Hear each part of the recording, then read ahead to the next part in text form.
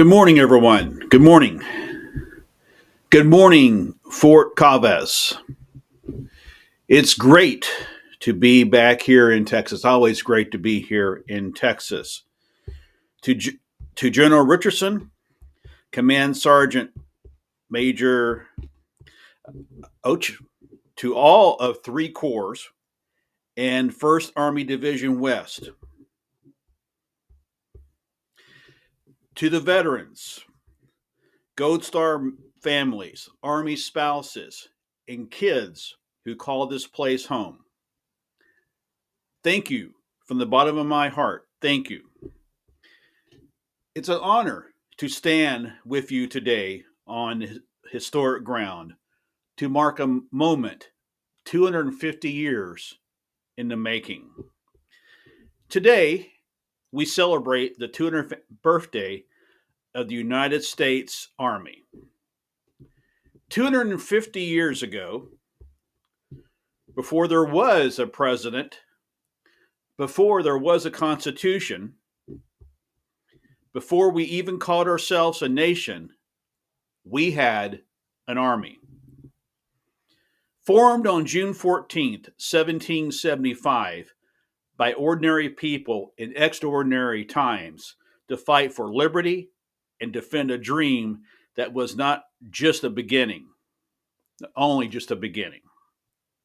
And from that day to this, the Army has stood strong, guarding freedom, defending the Constitution, protecting the American people from Bunker Hill to Baghdad, Normandy, Kandahar, from delivering aid in natural disasters to defending allies in far off lands. Soldiers have always stood ready. And here at Fort Chavez, that legacy lives on. This installation has trained and deployed heroes for every major conflict of the last century. It's home to some of the finest warfighters in the world. You serve with honor, you serve with grit, and you serve with purpose. And I want to say something about the name Fort Chavez. Renamed to honor Richard Chavez, the first Hispanic four-star general in our Army's history. A combat veteran of Korea and Vietnam, a leader who inspired generations, and a reminder that our Army is made strong by its diversity, by its unity, by its people. Because the story of the Army is the story of America. It's the story of kids from places like Killeen and DeSoto, Chicago and the Appalachia, who raise their hand and say, "Send me." You know, one of the greatest stories that I really admire, and it deals with back home. One of our city councilmen, or city councilwoman, may I say, is a Army veteran. She served in a couple of conflicts, and every time they call the attendance there at City Council. They always make sure everybody's in attendance for a quorum. She always answers with this loud "yes" or "here." And I asked her one time, I said, "Why do you speak so loud?" And she said, "I'm just glad to be here." And she was glad to. So not only is she glad to be there, but she's also glad to have served our country, and I'm very proud of her.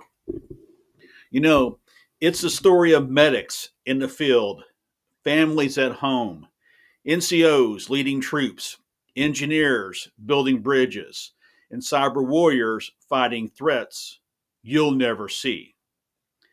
It's the story of courage, of commitment, of selfish service, and it's the story of sacrifice. We remember those who gave their lives in defense of freedom. We honor the Gold Star families whose pain we can never fully understand, but whose strength humbles us all. and we recommit as one nation to supporting those who serve. That is why my administration has worked to increase military pay, expand housing, child care, health care, and mental health services, support military spouses, and ensure dignity and safety in every workplace. Because if you serve this nation, we should serve you. To every soldier here today, you wear a uniform that's 250 years strong. You carry a legacy that stretches back to the birth of this country. You are part of the best trained, best led, most respected fighting force in the world. And it's something that the world has never known. So today, we don't just celebrate the past, we look to the future. Let's keep our Army strong. Let's care for our veterans. Let's stand by our military families. Let's give up the ideals. Let's live up, don't give them up. Let's live up to the ideals you defend.